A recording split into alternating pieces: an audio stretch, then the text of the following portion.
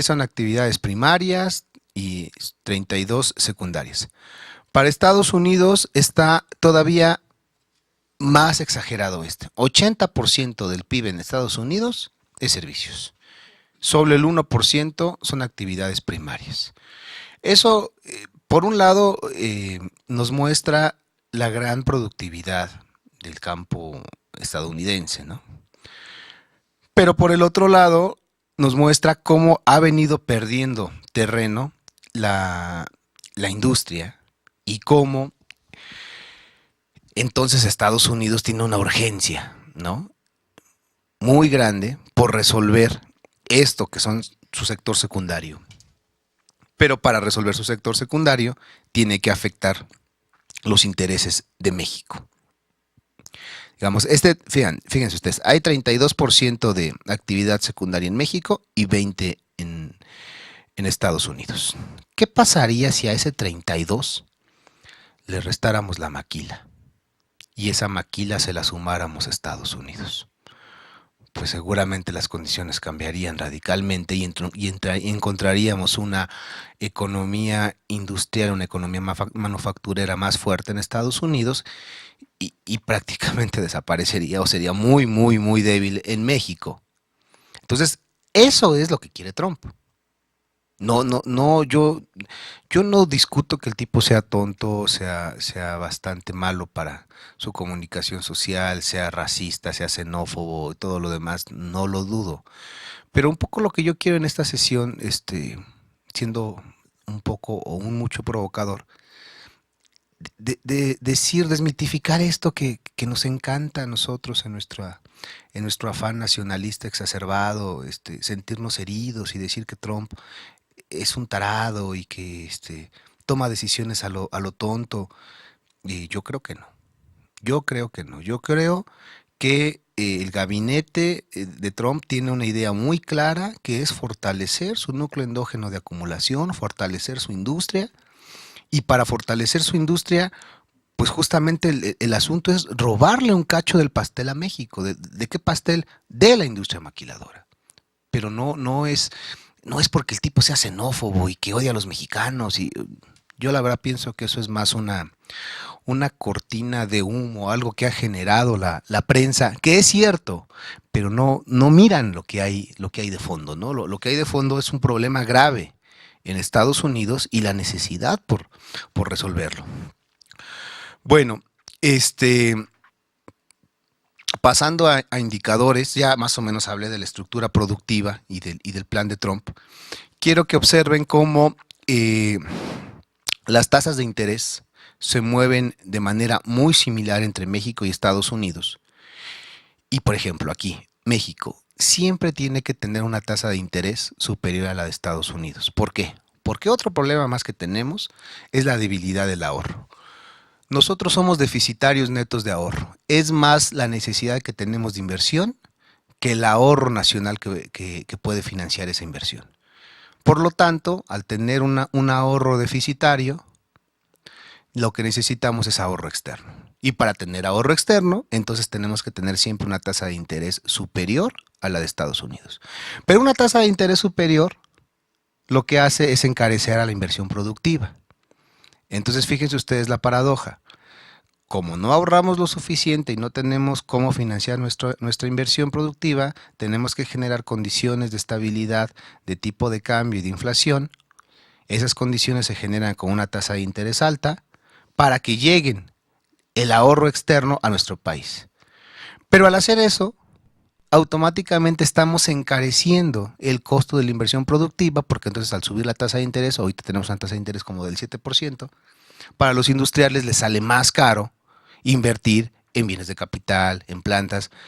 Entonces estamos en una situación de mucha indefensión. Casi podríamos plantear que la política monetaria de México pues tiene que estar anclada a la política monetaria de Estados Unidos. Si ellos suben la tasa de interés, nosotros tenemos que subir la tasa de interés, no tenemos de otra. Y sí se ve aquí en la gráfica como las caídas de la tasa de interés de Estados Unidos llevan a caídas de la tasa de interés en México. Entonces, miren ustedes, bueno, estas yo creo que no las podemos saltar porque es un poco lo mismo, Pero miren ustedes, la inflación de los dos países. Ustedes saben que este último año fue un año muy complicado en términos de inflación. Y mientras esta brecha se siga abriendo, este azul con este naranja, viene de evaluación. Puede haber una estabilidad del tipo de cambio mientras no se abra la brecha, el diferencial de inflaciones entre México y Estados Unidos. Ahorita los últimos datos que tenemos es que sí, la inflación de Estados Unidos ya creció, ya está en 2.1%, pero la de México tuvo un año particularmente malo.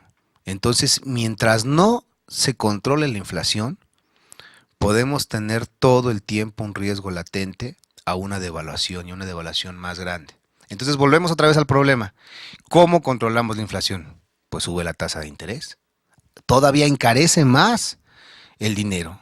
Pero entonces encareces más al dinero y otra vez, ¿a qué le estás pegando? Pues al núcleo endógeno de acumulación en México, porque encareces de inversión productiva, la generación de empleos, la inversión industrial. Entonces, esa es la paradoja en la que se mueve México. ¿Qué tiene que atender? ¿Lo urgente o lo importante?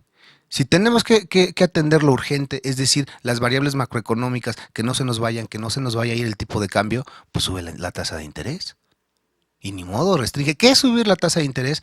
Pues pegar al consumo de todos, de todos. Y evidentemente, quien más sale afectado, pues es la clase trabajadora. Porque pues nosotros un gran porcentaje de lo que ganamos, pues no lo comemos en bienes de consumo no duradero, ¿no? O sea, lo que son los alimentos, la renta, lo del diario. Entonces, cuando sube la tasa de interés y se encarece el precio del dinero, se encarece el precio del crédito, lo que está pasando es que estamos consumiendo menos. Y entonces ahí viene el tema de por qué la pobreza, de por qué el hambre, la desigualdad. Pero si quisiéramos bajar la tasa de interés para fomentar a la keynesiana un crecimiento económico, pues mira, la verdad es que quién sabe si se logre que los industriales inviertan productivamente y mientras ya se nos fue el tipo de cambio, no sé, 25 o 30, o sea, la situación es, lo que quiero que vean es qué tan dependientes somos. Ya hablamos ahorita un poco de la estructura productiva, ¿no? Ahora, en lo que quiero hablar es del tema monetario, o sea, somos muy dependientes de Estados Unidos. Ahora, vean ustedes lo que yo les mencionaba de la productividad de Estados Unidos, de cómo está Estados Unidos al interior.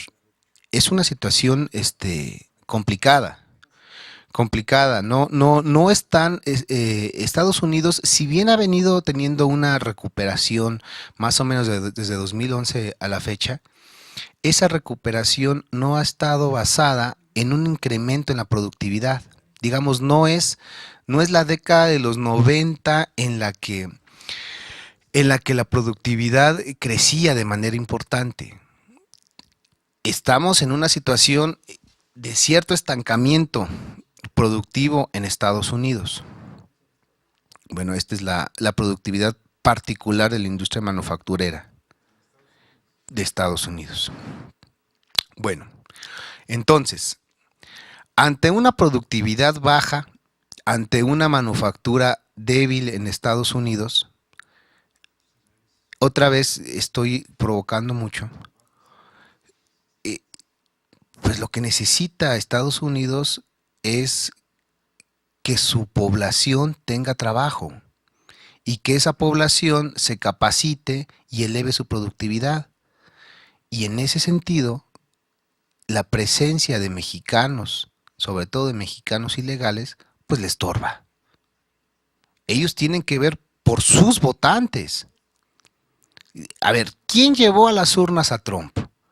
Pues la población WASP, los blancos, americanos, sajones y protestantes. Acuérdense que, pero fueron los WASP los que llevaron a la votación, llevaron al triunfo. No digo que no haya habido un negro o alguien de origen latino que haya votado por Trump. Evidentemente hubo muchos, miles. Pero el corazón de su población objetivo en términos electorales, acuérdense que allá hay elecciones dentro de 3 años, nada más duran 4 años los periodos presidenciales. ¿Cuál es el objetivo de Trump? Reelegirse. ¿Y cuál fue el compromiso de campaña que hizo?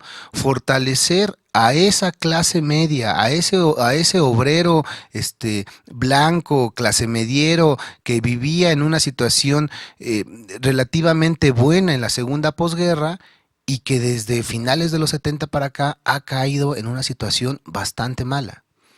Y entonces eso se viene a conectar con cuestiones culturales que sí son ciertas y que no, de ninguna manera quiero negar o minimizar las cuestiones raciales, xenófobas de alguna parte muy importante del pueblo estadounidense.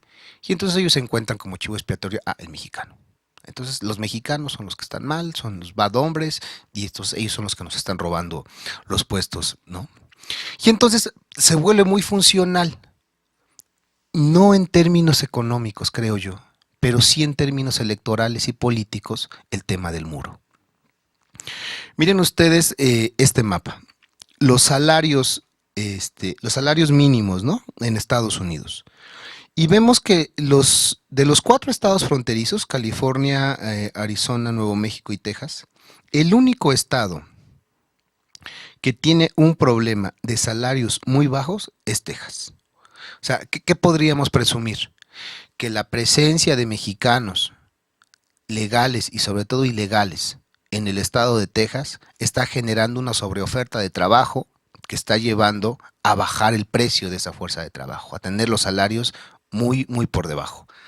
¿Qué tendría que hacer Trump para resolver este problema? Evitar que lleguen más migrantes a estas zonas y con eso elevar el salario.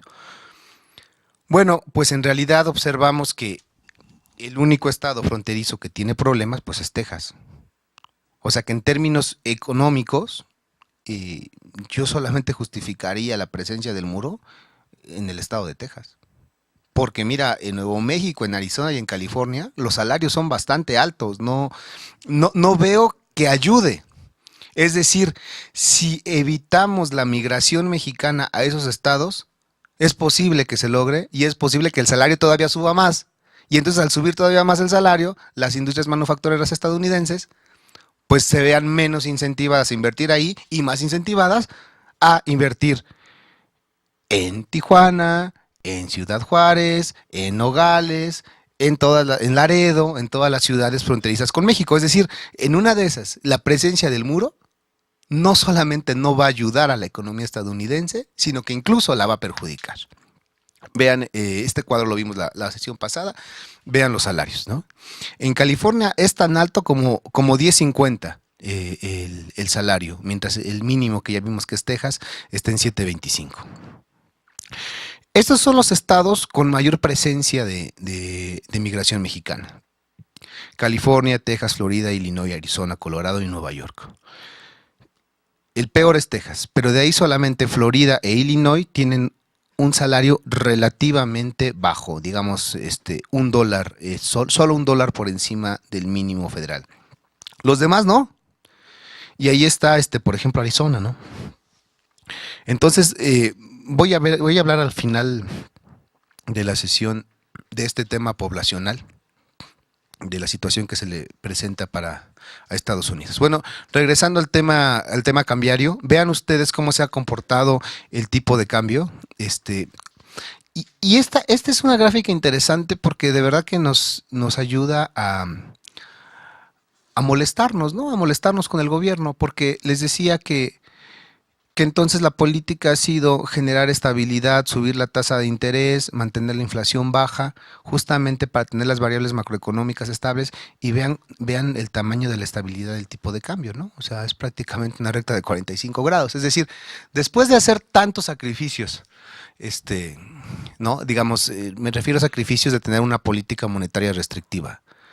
Pues miren, los resultados pues es que de todos modos ha habido una devaluación muy importante, ¿no? Partiendo de 81 hasta 2017. Bueno, regresando al tema productivo, a la formación bruta de capital fijo, vean ustedes cómo con estos datos del Banco Mundial como formación bruta de capital fijo como porcentaje del PIB. Vean ustedes lo que les hablaba yo de la débil recuperación de Estados Unidos. Vean la línea azul, evidentemente en los 90, ahí hay una formación bruta de capital fijo importante por la revolución informática, llega a un pico, pero a partir de ahí no se recupera. Entonces ahí es la combinación de la crisis.com, de la crisis de 2008, pero de la presencia cada vez más creciente de la producción manufacturera estadounidense desde suelo mexicano, desde suelo canadiense. Y entonces, si queremos cuestionar la fortaleza o la debilidad de la llamada recuperación estadounidense, pues miremos que su formación bruta de capital fijo no está creciendo, al igual que la productividad, como ya vimos anteriormente. Bueno, entonces, ¿qué tan importante es México para Estados Unidos? Miren, de este cuadro lo que más me importa es el último renglón. La suma de exportaciones e importaciones mexicanas y la división entre el PIB. Es decir, del PIB, ¿qué porcentaje tiene que ver con comercio exterior? 78%. Somos de los países más abiertos del mundo, de los que más dependemos del comercio exterior. 78% de nuestro PIB tiene que ver con comercio exterior. Y de eso, en términos de exportaciones, 81% van a Estados Unidos. Entonces, así de grave está la situación. Cuando yo escucho en las noticias, no, es que está muy sencillo, lo que tenemos que hacer es tratar de romper la dependencia con Estados Unidos y tenemos que empezar a ver otros mercados. Yo lo veo, pero bien bonito en el discurso, ¿eh? En serio, a mí me encantaría que en lugar de exportarle a Estados Unidos, le exportáramos a Guatemala o a Costa Rica o a Brasil. Pero miren los datos. El segundo lugar del destino de nuestras exportaciones es Canadá, con solo el 2%. O sea, ¿cuánto tiempo va a pasar si buscáramos efectivamente diversificar el destino de nuestras exportaciones? ¿Cuánto tiempo va a pasar para que le quitemos la mitad, ya no hablemos mucho, la mitad de la importancia de Estados Unidos y la dividamos entre el resto de nuestros socios? Sería un proceso de 50 años, no sé cuánto. O sea, suena muy fácil. Los periodistas, a mí me molesta, me parece que muchas veces hablan porque tienen boca, ¿no? Dicen las cosas de una manera con tanta facilidad, pero ya la realidad, los números, nos muestran que llegar a diversificar, por ejemplo, China, ¿no? Que dicen, no, es que China está creciendo mucho y es un país muy grande y entonces hay mucha población y podemos mandarles aguacate y podemos mandarles tortillas y maíz y cerdo. Oigan, China solamente participa con el 1.4% de nuestras exportaciones. Y China no necesita México. O sea, no, somos países rivales. ¿Por qué le exportamos tanto a Estados Unidos? Ya lo vimos la sesión pasada, por el diferencial de salarios. Pero eso no es China. El diferencial de salarios México-China es mucho menor que el diferencial de salarios México-Estados Unidos. Entonces los chinos no van a dejar de darle empleo a sus trabajadores chinos para importar productos desde México. Ahora, hablemos de importaciones. Estados Unidos sigue siendo el país más importante. Ahí está mucho más repartido. 46.5% de lo que importamos viene de Estados Unidos. Y ya después viene China, 18%, 4% Japón, 3% Alemania, 3% Corea del Sur. A ver, aquí quiero detenerme porque yo asumo, digamos, esto acabo de encontrarlo hace unas cuantas horas. Esto yo creo que es el tema de fondo de una de las discusiones más importantes que hay ahorita en lo del Telecán, y es las reglas de origen. ¿Qué son las reglas de origen? Las reglas de origen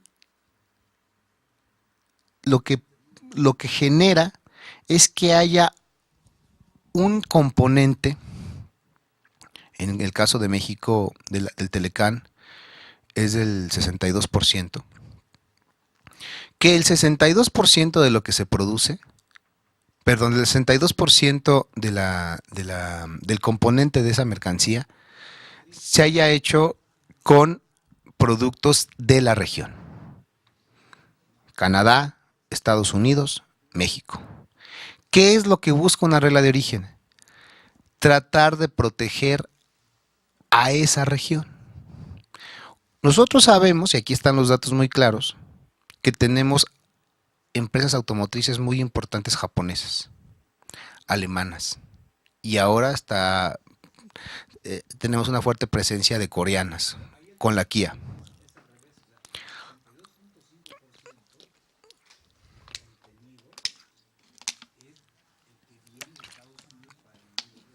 No, José, no me entendiste. 62.5% del componente de los productos tienen que ser de la región en su conjunto.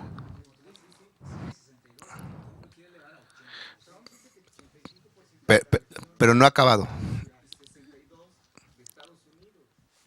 No ha acabado. No ha acabado en mi argumentación.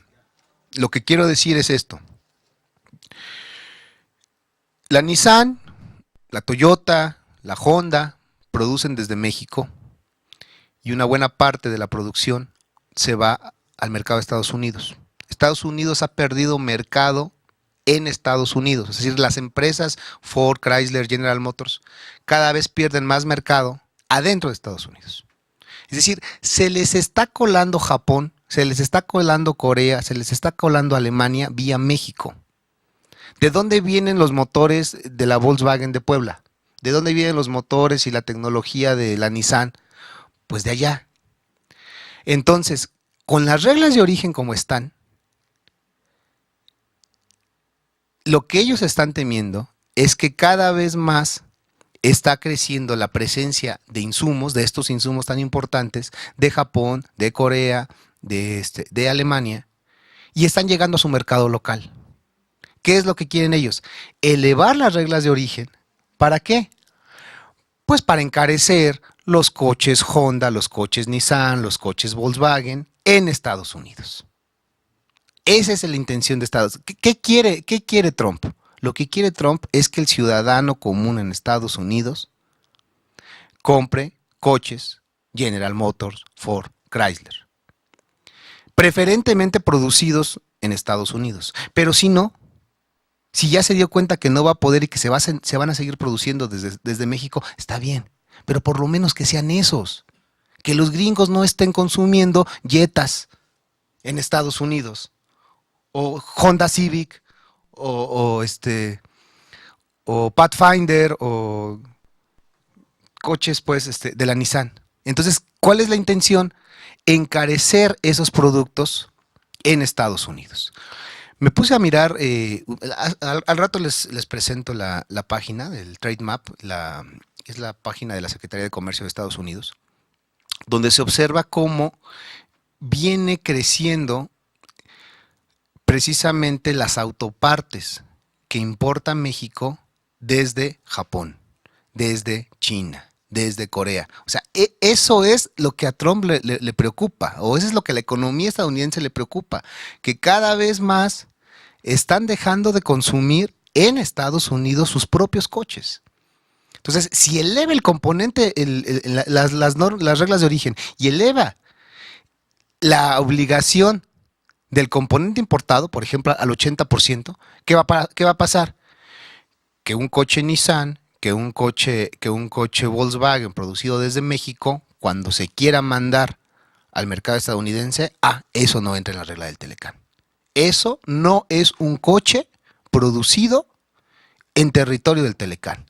Eso viene siendo un coche alemán. Eso viene siendo un coche japonés, un coche coreano, y por lo tanto no entra con un arancel del 0% como está el acuerdo Telecán, sino a eso sí hay que aplicarle un arancel alto. Y entonces, ¿qué va a pasar? Que al consumidor final estadounidense le va a parecer muy caro comprarse un Nissan, un Kia, lo que sea. Eso es lo que quiere. Pero, vamos, eso es lo que hay de fondo. Entonces de repente a nosotros nos gana nuestro nacionalismo y decimos, ay, Trump es un bruto. A ver, no digo que no sea un bruto, pero tiene un plan. Él busca algo y lo que busca es fortalecer a la industria estadounidense. Bueno, veamos estos mismos datos para Estados Unidos.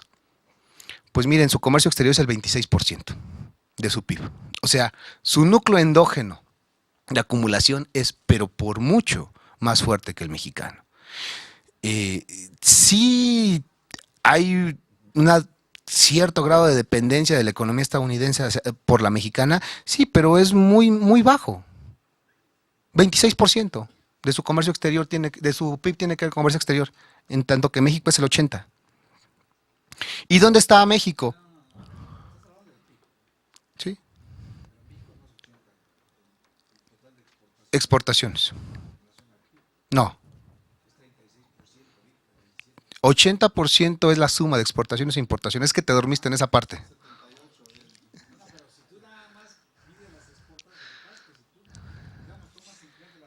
Aquí está, mira. Exportaciones.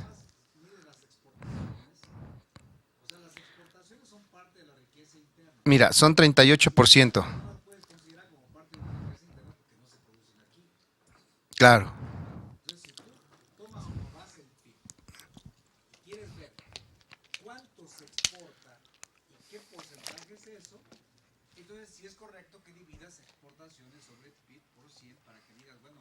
Ahí está el dato, mira. 38%.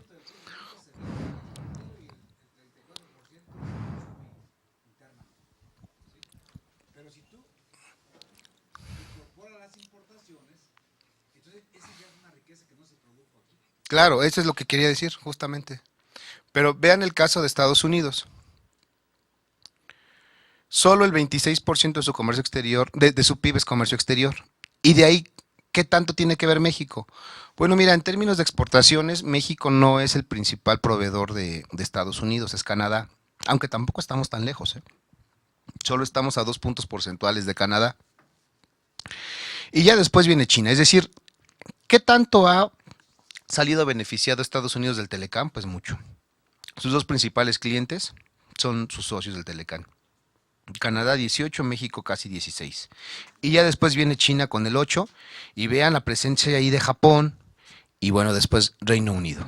Ahora, y en términos de importaciones, de donde más importa Estados Unidos es de China, del 21.4%. Ahora entendemos por qué ese impuesto que acaban de imponer, ese arancel al acero y al aluminio. O sea, ¿qué quiere Estados Unidos? Detener a China.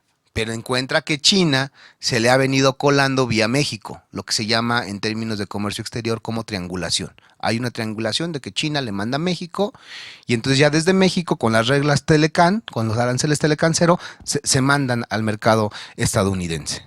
Entonces cuando Trump dice es que ha sido un tratado muy desventajoso, mira, la verdad es que no ha sido desventajoso, ellos han tenido toda la ventaja del mundo, pero en su situación de debilidad, las condiciones del Telecán ya no son funcionales para su acumulación, para sus necesidades específicas de Estados Unidos.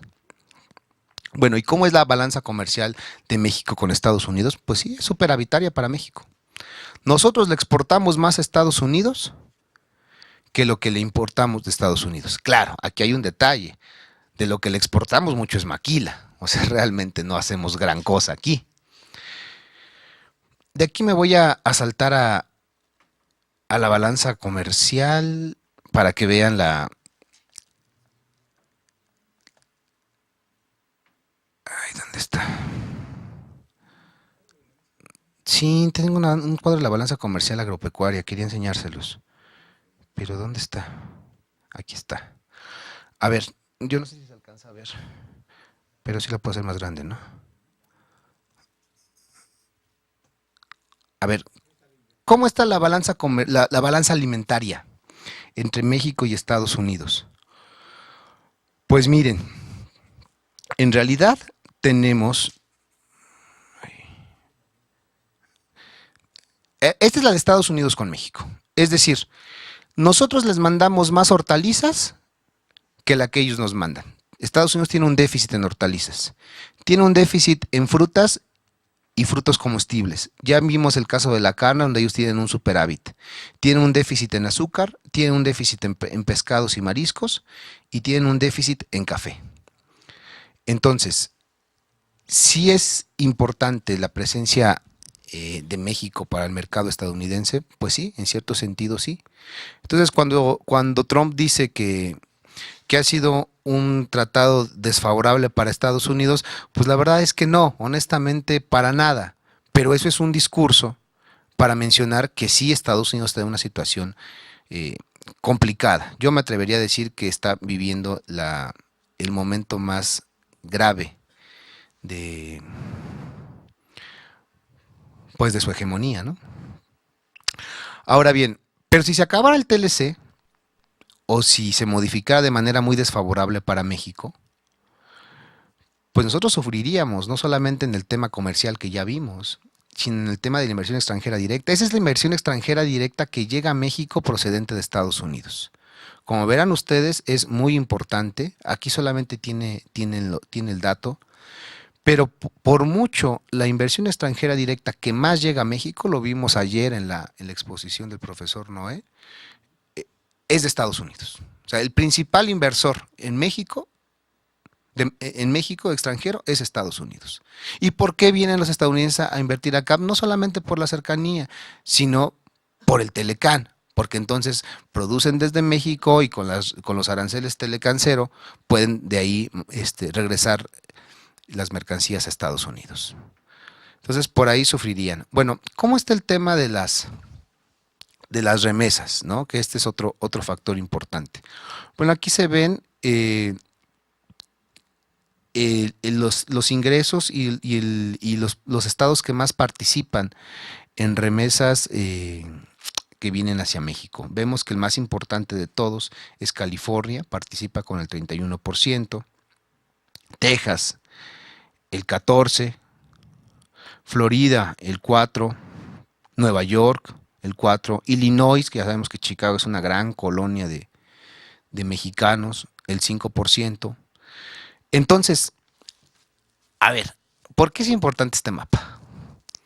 ¿Dónde está el corazón de la industria manufacturera estadounidense? El viejo corazón de la industria manufacturera estadounidense, pues en Massachusetts, en Ohio, ¿no? Donde estaban las acereras, donde estaban las automotrices. Pues, ¿qué creen? Que ahí no están los mexicanos. Eh, donde sí es en California, ¿no? Que es hoy una industria muy importante, sobre todo una industria electrónica, aeroespacial, militar, pero no compiten. No, no son los mexicanos que están yéndose de obreros industriales a Estados Unidos. No, los mexicanos están en otra cosa, están en servicios, están en construcción, están en agricultura. Bueno, la reforma tributaria de Trump. ¿Qué hizo? Bajó el impuesto corporativo de 35 a 21. A los dueños de los negocios les generó una nueva exención fiscal de 20% sobre sus utilidades y renueva la forma en que cobran tributos a las multinacionales al exentar dividendos de subsidiarias extranjeras a través del sistema de exención por participación sobre rentas mundiales. La reforma fiscal también apunta a la repatriación de capitales con impuestos especiales sobre utilidades mantenidas al exterior, que se grabarán una tasa del 15% si se mantienen en efectivo y 8% si se tienen invertido en otros activos. Las utilidades se pagarían en caso de repatriarse de forma correcta. ¿Cuál es el análisis desde México? Bueno, el IMEF dice, pues aquí el problema es que, pues mientras ellos ya bajaron su impuesto corporativo a 21%, pues nosotros lo que tendremos que hacer es bajar el impuesto sobre la renta. Digamos, esa es la propuesta del IMEF, yo no necesariamente la comparto, ¿no? O sea, ¿qué es lo que están proponiendo ellos? Bajemos el impuesto sobre la renta y pongamos un IVA generalizado al 15%. ¿Por qué? Pues para que no falle la recaudación, dirían ellos, para ser más competitivo, ¿no? Es gravar alimentos y medicinas y desgravar o bajarle el gravamen a los empresarios, que justamente ese es el problema de fondo de los impuestos en México, que no se le cobran impuestos a los empresarios. Pero entonces ahora aquí se están aprovechando para decir, como el empresario tiene más incentivos ahora para producir desde Estados Unidos, pues México está en una situación de desventaja. Nosotros podemos aumentar la desigualdad, ¿no? Bajémosle todavía más los impuestos a los empresarios. Yo la verdad pienso que esto no va a pasar. Pienso que ya la desigualdad de los impuestos es mucha en México como para que todavía se le vaya a bajar más el ISR. Aquí lo que se plantea más bien es que si la inversión extranjera directa va a caer, producto de la reforma fiscal de Trump. Si entonces los empresarios estadounidenses se van a ver menos incentivados. Eso es lo que quiere Trump. Lo que quiere Trump es que los empresarios inviertan en su país. Y entonces, no, no, no, no, no. Ese es el escenario que se prevé. Es un posible escenario. Aquí lo que hay que hacer es mirar el diferencial de impuestos, pero también el diferencial de salarios. Y entonces habrá que ver si lo compensa o no. Yo pienso que no. Bueno, ¿cómo está la recaudación fiscal como porcentaje del PIB en México y en Estados Unidos? Este dato debo de confesarles que me sorprendió muchísimo. Yo siempre he pensado que en México se pagan pocos impuestos, ¿no?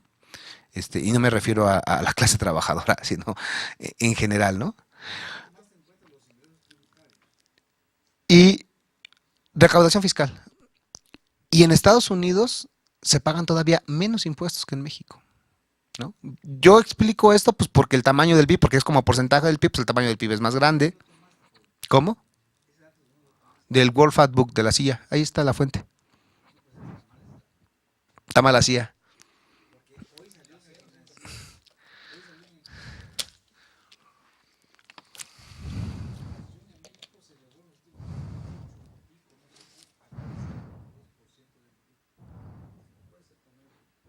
Pero yo creo que eso es el ISR, lo que tú dices. Y esto es el total de ingresos tributarios. Bueno, lo checamos entonces ahí. Vamos a checarlo al ratito con la CIA y sirve que les enseño la página.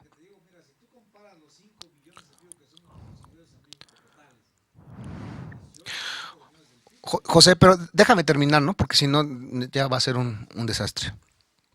Bueno, este, ¿qué tan importante es en términos energéticos la relación? Bueno, los principales proveedores de energéticos para Estados Unidos, pues no es México, está muy por encima, el más importante para ellos es Canadá, luego le sigue Arabia Saudita y ahí está México peleándose con Venezuela, ¿no? Como muy importante proveedor de petróleo. Fíjense ustedes, la balanza comercial de energéticos era deficitaria para Estados Unidos. Nosotros les mandábamos más energía, más petróleo, en general, más del capítulo 27 que ellos. Pero a partir de 2014 ya es superavitario. Ya nosotros dependemos más de Estados Unidos que Estados Unidos de nosotros. Ya tenemos nosotros ahora un déficit energético con Estados Unidos. Bueno, ya voy a acabar. El tema poblacional. Este es un tema un tanto cuanto futurista. ¿Qué quiero decir? Que la población en Estados Unidos está envejeciendo de una manera importante. Y quiero plantear la muy grande posibilidad de una reforma migratoria entre México y Estados Unidos promovida por Estados Unidos. La situación, además de todos los problemas que ya mencioné, de la industria, de la deuda, tiene un problema poblacional grave. Miren la estructura por edad. Lo que nosotros vivimos en México, lo que conocemos como un bono demográfico. Fíjate que no, ¿eh? No sé cómo hacer eso.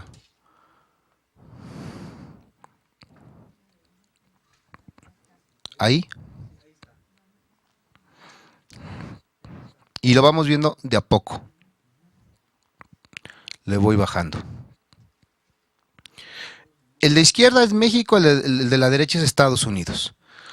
Entonces, digamos, la población en edad de trabajar, entre 15 y 64. México es 18 más 41, 59 más 8, 67% de la población está en edad de trabajar. En tanto que en Estados Unidos son 13 y 13, 26 y 40, 66. Vean la población de 65 años y más, que son los jubilados. Es la generación de los baby boomers. Mientras en México solamente tenemos el 7% de gente de la tercera edad, por eso es todos estos programas de, no, pues entras gratis al metro y te doy una pensión de no sé cuánto. Todo eso, sí, pero quiero ver que esa política se mantenga en los próximos años cuando crezca la población, sobre todo esta gente de 25 y 54. Cuando sea el 41% de la población que esté en 65 años, quiero ver que se mantenga la política de apoyo. Yo creo que no. Pero bueno, esa no es la discusión. La discusión es cómo Estados Unidos está envejeciendo. Ahorita tiene el 16% de su población jubilada. Pero ya viene el 13%. El 13% es el que le sigue. O sea, en breve van a tener el 30% de la población jubilada. Ahora, vean la tasa de reemplazo. Vean los niños, ¿no? Los niños de 0 y 14 solo es el 18%, mientras en México ya es el 27%. O sea, no falta mucho para que Estados Unidos sea un país de gente de la tercera edad, que ¿quién los va a mantener? ¿Quién les va a pagar su jubilación? Bueno, quiero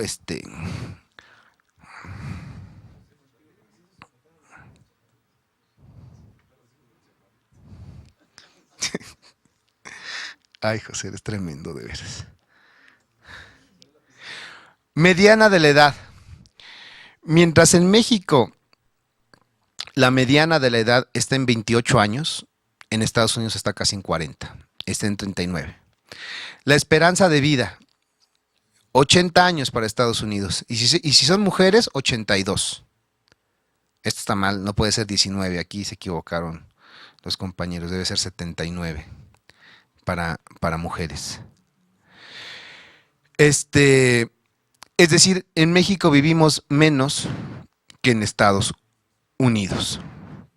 Ahora, ¿dónde está el problema? A ver, otra vez, insisto, yo aquí estoy jugando a ser defensor de Trump. ¿Por qué Trump rompió con el programa Medicare de Obama? Pues porque vean la situación como está. ¿Cuánto está gastando en salud Estados Unidos? 17% de su PIB en 2014. ¿Cuánto más va a gastar con una población llena de gente obesa, hipertensa, con cáncer, con diabetes, como es una buena parte de la población de los baby boomers de Estados Unidos? ¿Y quién va a pagar esos servicios de salud? ¿Quién va a pagar la jubilación? ¿Quién va a pagar esos servicios de salud? ¿Quién va a hacer el trabajo para darle esos servicios? Entonces, lo que dijo Trump es que es inviable lo de Obama. O sea, ¿qué quiere Trump? Pues sacarle más dinero a la población, que la población pague por su salud. Yo no estoy diciendo que esté bien, aclaro, no estoy siendo insensible. Estoy jugando aquí a abogado del diablo, tratando de entender qué hace Trump y por qué lo hace. O sea, no es muy fácil decir Trump es un estúpido. Ya, se acabó, no hay nada más que decir. Vámonos, vamos a decir una serie de insultos sobre Trump y se acabó, de descalificaciones. Pero no es solamente eso. A lo mejor no es el mejor presidente en el momento de crisis que está viviendo Estados Unidos, pero lo que quiero mencionar es que está viviendo un momento de crisis de Estados Unidos muy complejo, de carácter estructural. No es simplemente la desregulación de los mercados y todo estaba bien, pero los mercados se desregularon. No, la cosa está grave.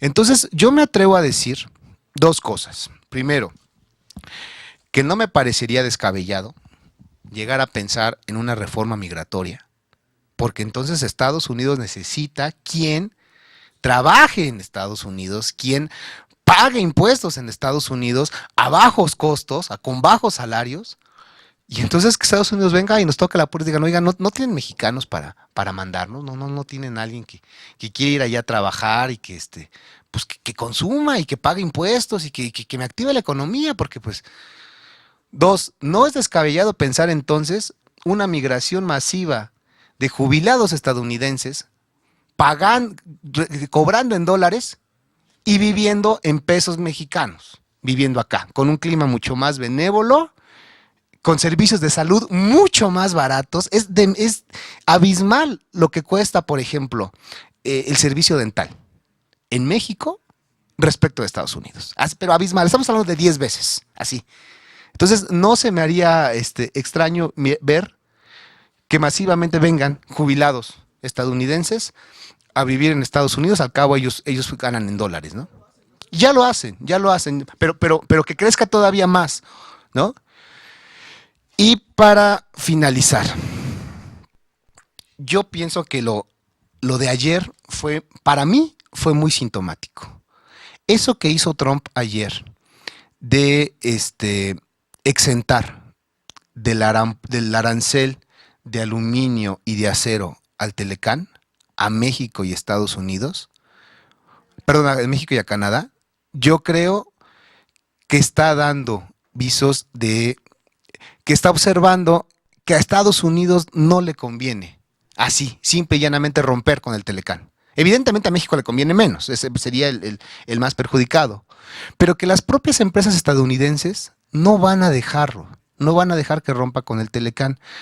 Ya vimos sus necesidades, ya vimos sus motivaciones. Ahora, que realmente lo puede hacer y cuáles serán sus costos, yo creo que son muchos. Yo me atrevo a mencionar acá que el Telecán no se va a acabar. Yo pienso que tampoco Trump va a hacer tanto escándalo para quedar igual. Evidentemente el Telecán se va a transformar, yo creo que se van a transformar las reglas de origen. Ya vi cuál es la jugada, qué es lo que él quiere afectar a Japón, a China, a Corea. Seguramente va a ser algo más ventajoso para Estados Unidos, porque además tiene la fuerza, sabe bien que México pierde más. Claro, por salir del TPP. O sea, yo me aventuro a pronosticar que el Telecán sigue. Se modifica, se va a modificar. No se va a modificar para hacerlo más conveniente para México, definitivamente que no. Vamos a salir perdiendo en esa negociación. Pero estamos en una situación en la que, ¿qué quieres? ¿Perder un poco o perder todo?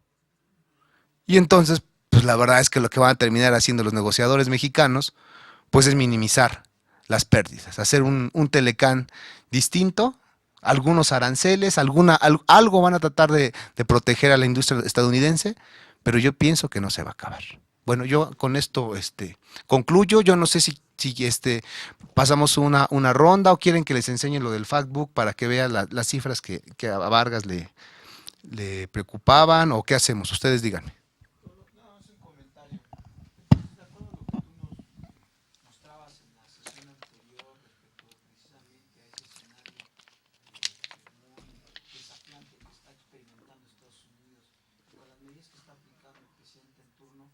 Finalmente no es el presidente, sino es la situación que está enfrentando la que fue bueno, lo que tú decías, la economía más grande, que tampoco se ve en un corto plazo o mediano plazo que deje de serlo.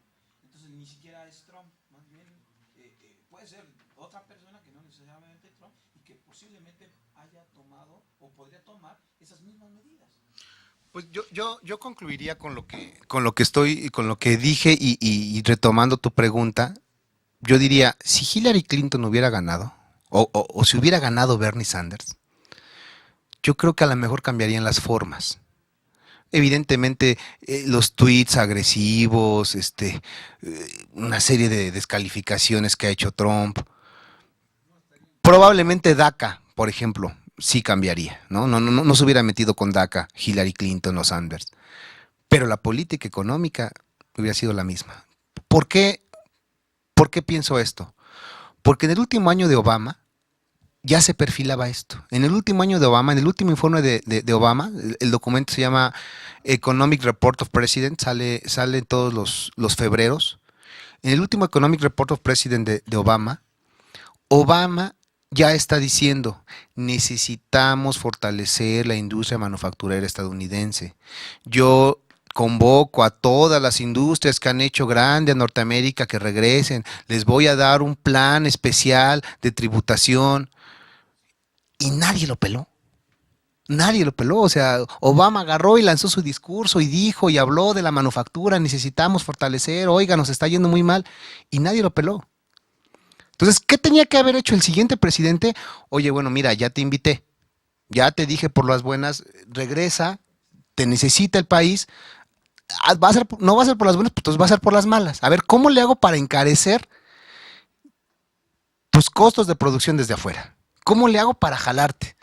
Y eso es lo que está haciendo Trump. Yo diría, Hillary Clinton hubiera hecho lo mismo. Sanders hubiera hecho lo mismo. Probablemente cuidando las formas. Que eso es lo que es un bruto, el tipo, ¿no? Aparte eso de que dice, de repente, dice cosas así muy al aire. Por ejemplo, ¿para qué dijo esto de lo del aluminio? ¿Por qué no desde el principio dijo, a ver, le voy a poner un arancel al aluminio a los que no son mis socios? Porque quiero que China no me mande tanto aluminio, tanto acero. A ver, ¿por qué no lo dijo así? No sé si es una estrategia de negociación, de golpeo, te amenazo, y ya después digo, no, bueno, mira, en realidad no va contra ti, va contra los otros, y mientras ya te puse a temblar y te puse en la mesa de negociación, así como diciendo, chin, ya generaste un conflicto, ¿no? Yo no sé, o el tipo es bestia, o un poco las dos cosas. Hay un estilo personal de gobernar. Claro. Y el estilo personal de gobernar de Trump, basado en su experiencia como negociador privado, es yo te chingo, yo te amenazo, ¿sí? Yo te intimido para ver cuánto gano más. Y no podemos evitar que, o sea, sí, nos interesan los datos duros, ¿no? Los datos duros, pero hay actitudes que el papel de los individuos, como diría Plejano, ¿no? El papel de los individuos en la historia y las personalidades cuentan. Entonces, por eso este esquema tan ríspido de negociación que se presenta con Trump y con el Telecan. Mira, el que exente al acero mexicano de este impuesto no es plan con maña. Sí, no participa Monclova en el mercado acerero de Estados Unidos, es mínimo. Pero ahí, entonces, ahí lo que cuenta es que en la diplomacia internacional y en las relaciones económicas internacionales, las formas cuentan. Claro. Y, lo que, y el decir, por ejemplo, una guerra comercial no hay bronca, la ganamos. No, tiene sus saldos, tiene sus bajas y tiene sus serios problemas, ¿no? Y hay una serie de cosas ahí que de las que tú mencionaste que son bien interesantes, pero que también son bastante discutibles. Por ejemplo, el caso del sector agrícola, lo que tú siempre me has dicho, el caso del maíz blanco, que no dependemos de Estados Unidos, El maíz blanco no. ¿no? Pero hay un El dato, maíz amarillo sí. hay un hecho. Sí somos, sí somos capaces de producir satisfacer todas nuestras necesidades de maíz blanco. Pero el día de ayer se publicó un dato de que están guardadas 7,000 millones de toneladas, 7 millones de toneladas de maíz blanco mexicano, porque no encuentran salida en el mercado por el precio tan bajo que viene de Estados Unidos de maíz blanco. Aunque somos capaces de satisfacer nuestras necesidades, no podemos competir con una política proteccionista. Entonces, cuando tú hablas de un esquema endógeno de acumulación, pues sí, pero está pervertido porque institucionalmente no tenemos las medidas de protección que nos aseguren un modelo de acumulación que nos garantice el crecimiento. Sí, definitivamente. Estados Unidos sí protege su sector agrícola. Sí, yo creo que la salida para México es ser más como Estados Unidos. O sea, ¿a qué me refiero? Tener mejores universidades, tener mejor innovación, tener mejor tecnología, tener un plan alimentario propio, proteger a nuestras industrias, tratar de generar encadenamientos productivos. Si hay un plan que se llama Make Great America Again, pues ¿por qué no hacer un plan así mexicano, ¿no? O sea, está complicado. Digamos, tampoco tenemos con qué ponernos la camiseta de las Chivas y volvernos nacionalistas, porque tenemos mucho que tenemos que importar. Pero bien podríamos avanzar en algo. Y bueno, el año que se viene muy interesante por el cambio de gobierno, pues puede abrir ahí una posibilidad de modificar algo. Fíjate que los datos que has mostrado son muy interesantes, hombre. Te sugiero corregir ese dato del 16. Si quieren lo vemos. Sirve, a ver, No, de que no, pero a ver, ahorita puede estar, pero quiero decirles algo. sí. A ver, yo con mucho gusto les participo de las fuentes que yo uso.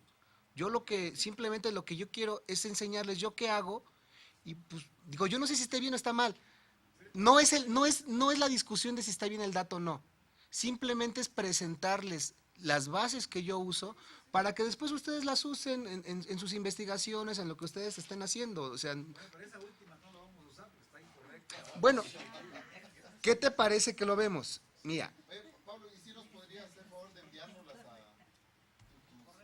tus gráficos, estadísticas y estas? sí, yo lo que no tengo es el correo de todos, o sea, no sé cómo hacerlo.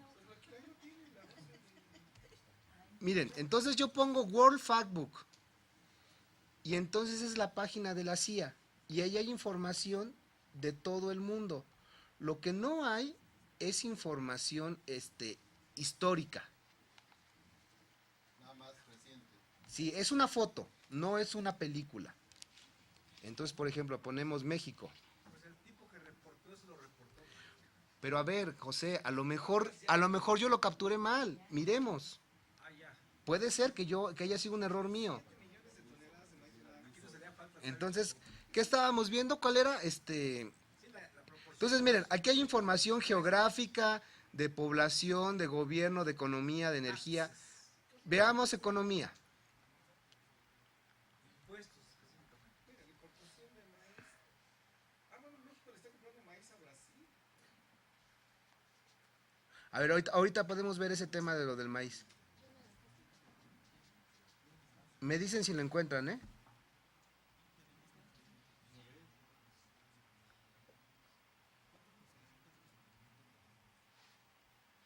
Maíz. No, ahorita no estamos buscando maíz, estamos viendo lo de los impuestos. Aquí está, Oye, Doc, antes 25%, 25.6. Mejor está mal, para 2017. tu opinión, porque te acuerdas que en la administración de Obama se dio el conflicto del tren que se iba a construir. ¿El del chino? Ajá. Y el otro elemento creo que es importante, o sea, quiero tu opinión por todo lo que planteas. Estoy de acuerdo con todo lo que has planteado porque me parece un análisis muy interesante a partir de una cuestión más amplia, no de cuestiones particulares, como tú dices, de la política económica, sino más estructural. El otro elemento es esta ciudad que iban a hacer los chinos también en Cancún. En Cancún. Sí, Dragon Mart. Dragon Mart. Quería saber tu opinión en función de esta guerra comercial que se está dando precisamente entre China, no importa el presidente que esté, como dices, no importan las formas, China, Estados Unidos y México como trampolín de triangulación de los productos comerciales para ellos. Pues yo la verdad veo dirían la gente que le gusta citar a Ernesto, los neoclásicos, ve una ventana de oportunidad, ¿no? Para México. O sea, ¿qué quiero decir? A ver, yo creo que de fondo lo que hay, y yo creo que lo mencionó el profesor Dabat, pues eso es una pérdida de hegemonía de Estados Unidos y un ascenso de China. Yo con eso no estoy diciendo que mañana China va a ser el hegemónico y Estados Unidos se va a acabar. No, yo digo que hay un proceso ahí, que quién sabe a dónde va a ir a dar. Entonces, pues la verdad es que algo podría hacer México acercándose a China y en algo podría salir beneficiado. Yo estoy seguro que ese tren de Querétaro nos hubiera beneficiado, seguro. Y lo de Dragon Mart en Cancún, la verdad no sé qué tanto nos hubiera ayudado, pero sí sé que el diversificar la inversión, es decir, que dependamos menos de inversión extranjera directa gringa en México y que tuviéramos más presencia china, seguramente, como dice Ernesto, sería una forma de modificar la correlación de fuerza. O sea, porque ¿cuál es el sector externo de México? Estados Unidos. No hay más. Todo lo demás no figura. Entonces, insisto, no es tan fácil como decir, pues entonces vamos a mandarle aguacate a China y ya. No, yo sé que en comercio internacional poco podemos hacer con China, pero sí podríamos avanzar en inversión extranjera directa, que es lo que tú estás diciendo. Si pudiéramos jalar más inversión extranjera directa a China, Eso nos ayudaría a tener una fortaleza mejor, una fortaleza mayor a la hora de negociar con Estados Unidos. O sea, es decir, México bien podría decirle, bueno, mira, si tú te vas a poner así en términos arancelarios, está bien, a lo mejor yo no tengo nada que decir, simplemente le voy a abrir un poquito más la puerta a la inversión extranjera china. Y entonces yo plantearía esto, ¿y si tratáramos de fortalecer nuestro núcleo endógeno de acumulación en México a partir de inversión china? De depender menos de las exportaciones hacia Estados Unidos, no exportando a China, porque eso no creo que se pueda, pero sí fortaleciendo nuestro mercado interno, fortaleciendo nuestra capacidad de producción a partir de los chinos, a partir de infraestructura china en México, a partir de inversión extranjera directa china. Eso, eso digamos, a ver, yo no estoy diciendo que nos volvamos una colonia china, pero si jugáramos un poquito, le jugáramos un poquito a coquetearle a China, ¿no? A coquetearle con la inversión, probablemente nos daría mejores condiciones para negociar con Estados Unidos. Porque eso es lo que justamente hemos sido el traspatio de Estados Unidos. Claro.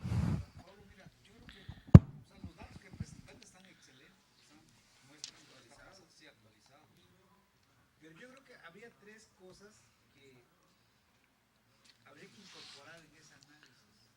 El dinamismo de la economía norteamericana. O sea, ¿qué lo sostiene? O sea, ese núcleo endógeno que está sostenido en este momento.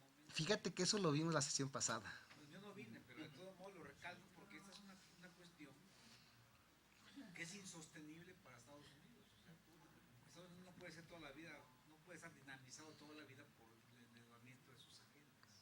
¿Sí? Entonces, ese va a llegar un momento que también va a ser una gota de, o el vaso de agua que se va, la gota que va a derramar el vaso de agua para Trump, si es que llega a los 4 años. A los 4 años sí llega. Bueno, digo, si llegara a los 4 años, pues digo, ese le puede reventar por ahí, ese es el problema. Y no solamente a él, sino a muchos países que están en Estados Unidos. La otra cuestión es la orientación hegemónica de Estados Unidos. ¿Sí? O sea, a pesar de que Trump representa ese sector de la población y de capitalistas que tienen más interés en el mercado interno, lo cierto es que la orientación hegemónica de Estados Unidos es la que sigue mandando en la política de Trump. ¿Sí? Y tan sigue mandando esa orientación que van a ir a ver al coreano este. Sí, el de Corea del Norte. Ajá. Trump ya aceptó ir a verlo. O sea, tan sigue mandando estos tipos que tienen el poder en Estados Unidos, ya mandaron a Trump a que se arregle con él, ¿verdad? Entonces ¿qué quiere decir esto? De que si tú no incorporas ese concepto de hegemonía o de quién decide en Estados Unidos, realmente quién decide, los poderes fácticos. Sí, los poderes fácticos.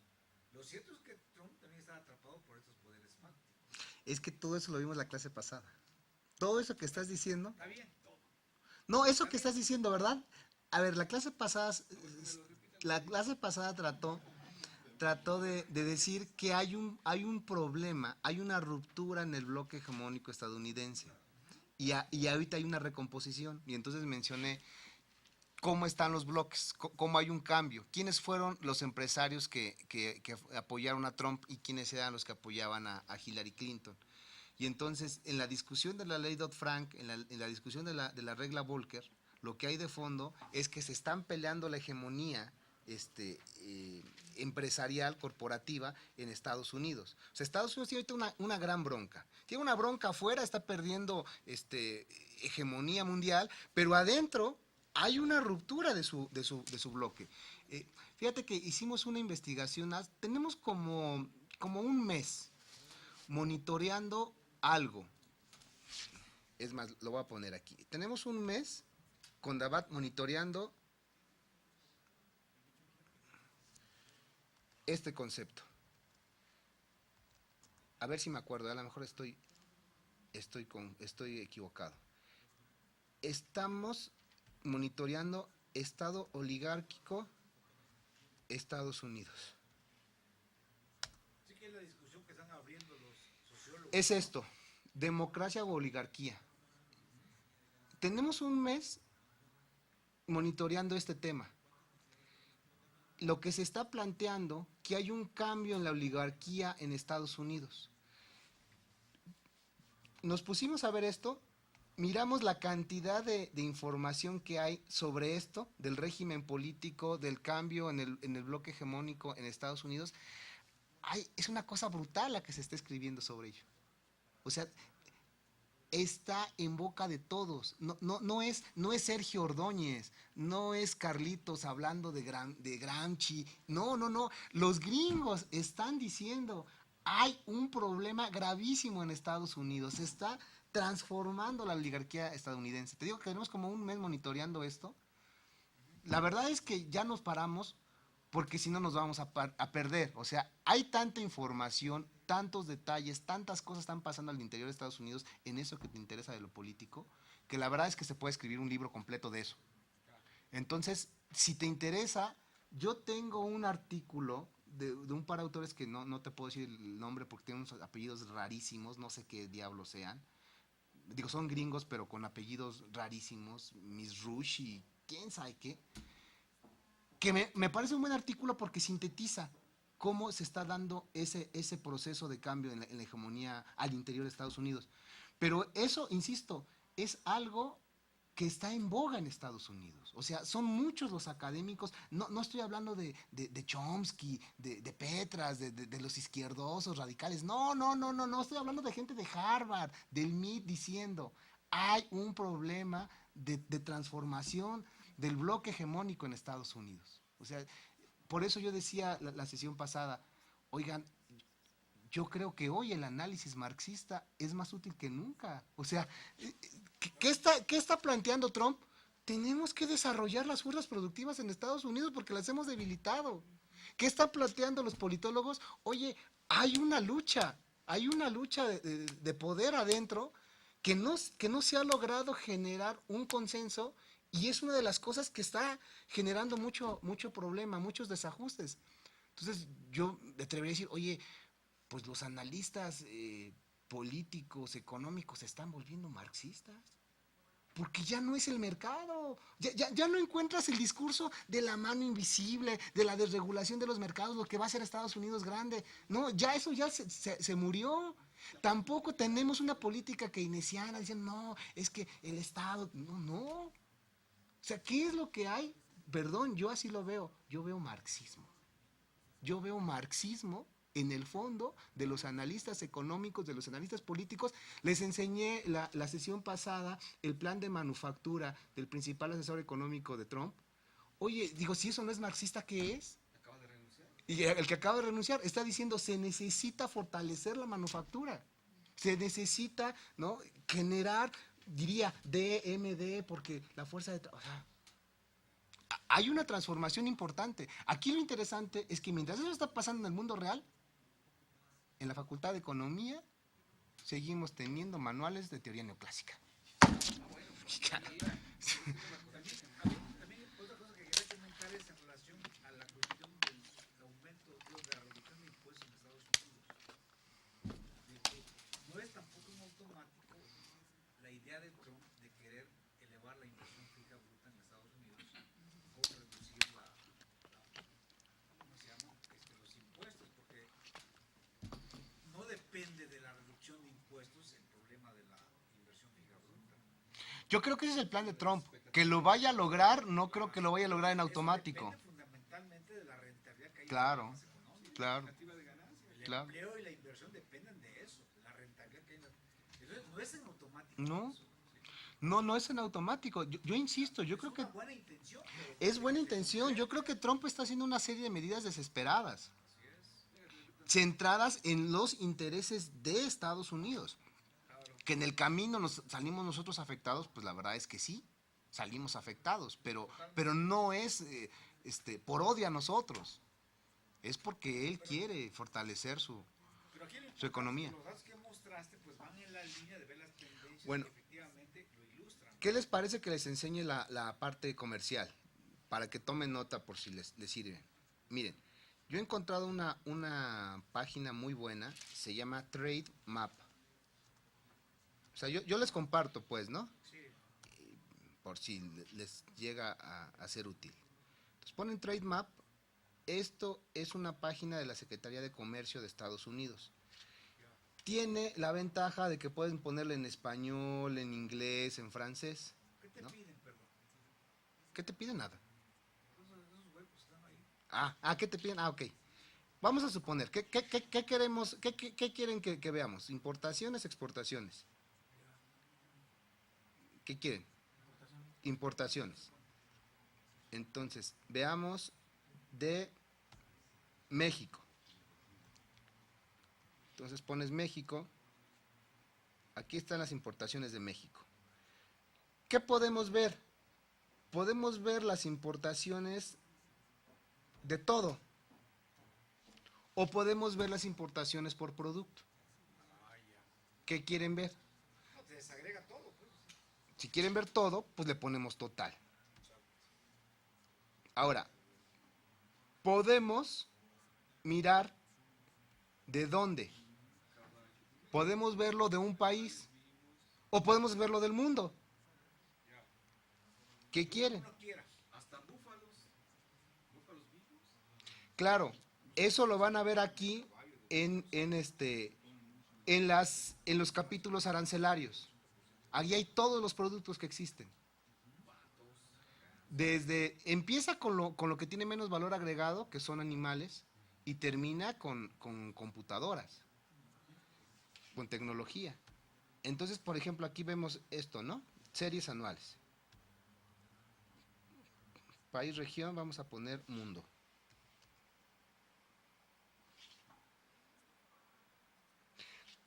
¿Qué no me gusta de la página? No me gusta que no son tan viejos los datos. Los datos más viejos que tenemos son de 2001. Pero miren, ahí está. Las importaciones que vienen de Estados Unidos, de China, de Japón, o sea, estos son los principales importadores, ¿no? Exportadores para México. Y viene el valor hasta 2017. Pero el Comtrade sí te muestra desde los años 60. El Comtrade es una página buena. Esta me parece más rápida, ¿no? Digamos, si no quieres ver datos históricos, aquí puedes ver más rápido cosas. Y entonces, por ejemplo, le das aquí a Estados Unidos Luego Trade. COM Trade. y ya te dice cuáles son los principales países para Estados Unidos. Bueno, yo quería compartirles esto. Yo quería compartirles la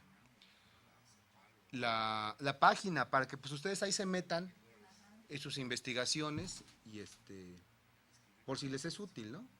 O sea, yo la presentación yo se las paso sin ningún problema, pero no solo eso, o sea, yo les digo de dónde saco yo las cosas, de dónde me pongo yo a trabajar, cuáles son las bases de datos que yo trabajo. En la sesión anterior diste el nombre de una investigadora, que incluso el profe estaba aquí, dijo, es muy buena. ¿Pero de qué tema? ¿Pero sobre qué tema?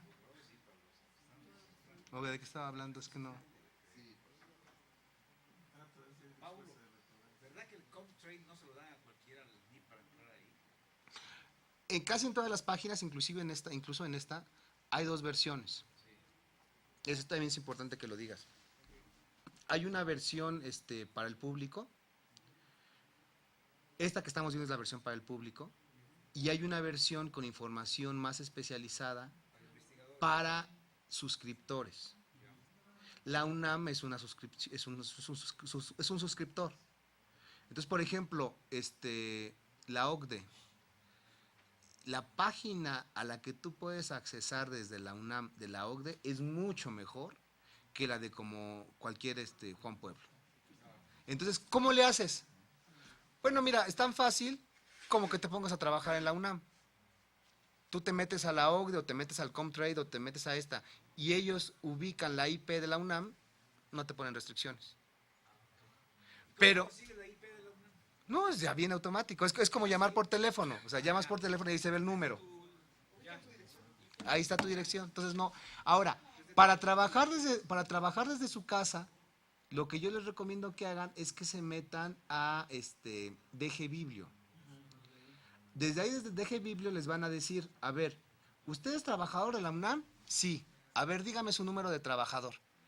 Y ya teniendo el número de trabajador, DG Biblio te da un NIP y te dice, bueno, usted como es trabajador activo tiene derecho a todos los servicios digitales de la UNAM, ahí le va su NIP.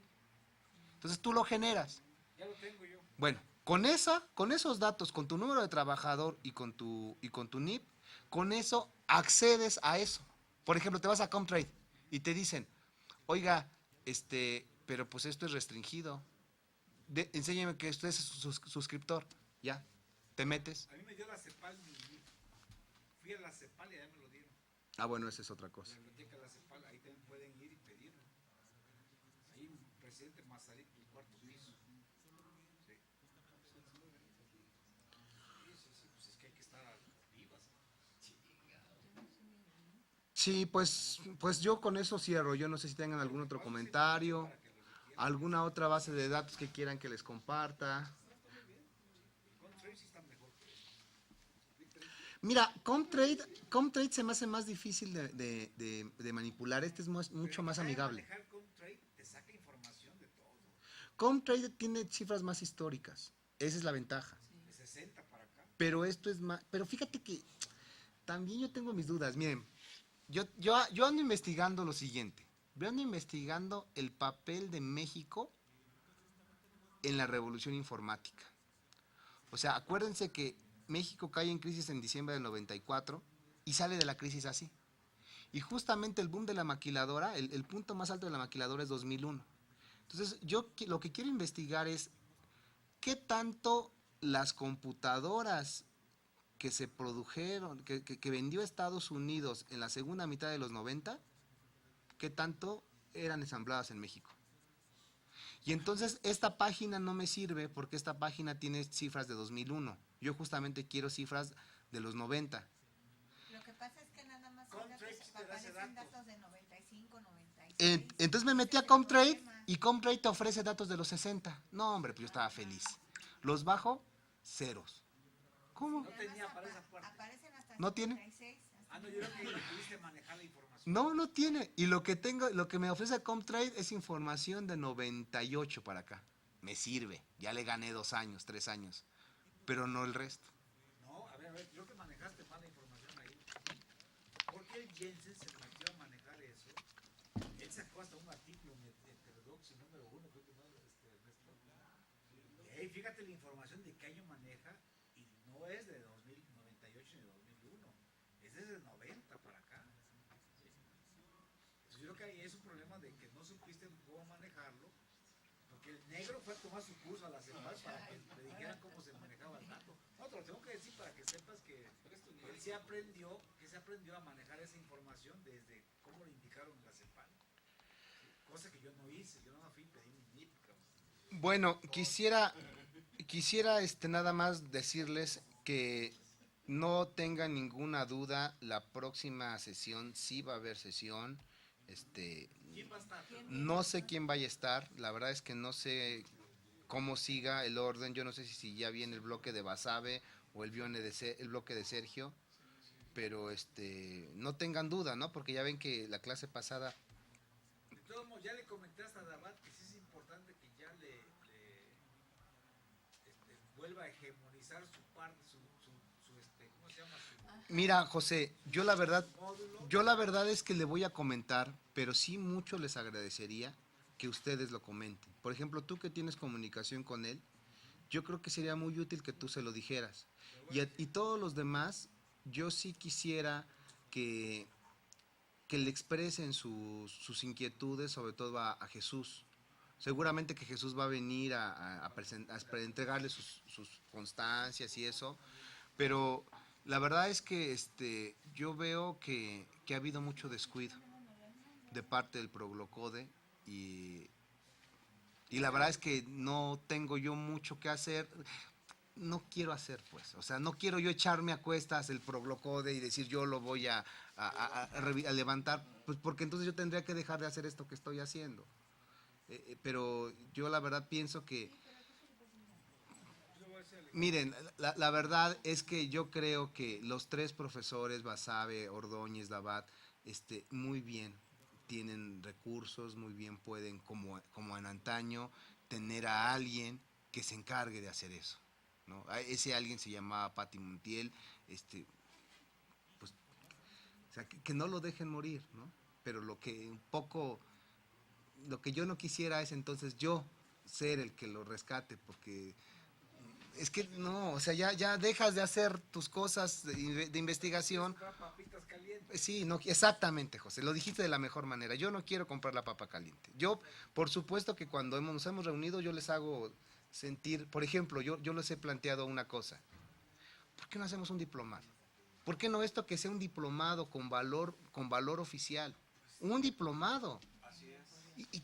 ¿Qué tan difícil es? Si venimos cada 8 días, pues juntamos los diplomados allá de, Sí. de la facultad de... No, del instituto. Sí, del instituto. O sea, también es igual cada 8 días. Entonces, ¿cuándo va a ser el diplomado? Hagámoslo diplomado y la gente se va más contenta con un diploma. Porque mira, es un curso del doctorado, no hay alumnos del doctorado. Pero ¿saben cuántas veces les he dicho eso? Para que el señor tenga mi grado de diplomado. Pero esto lo he comentado montones de veces ahí con ellos. Y así como. No, pues gracias a ustedes por su atención. Oye, ¿estás para adentro? Pues voy a revisarlo, que no lo he abierto. ¿Lo vemos el lunes o qué? ¿Qué sabes del tío hijo de Luis? Pues ya el lunes.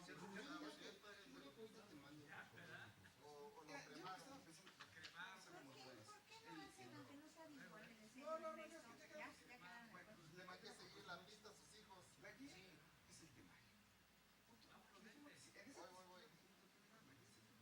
Si va a hacer las lecturas, ¿para qué quiere que?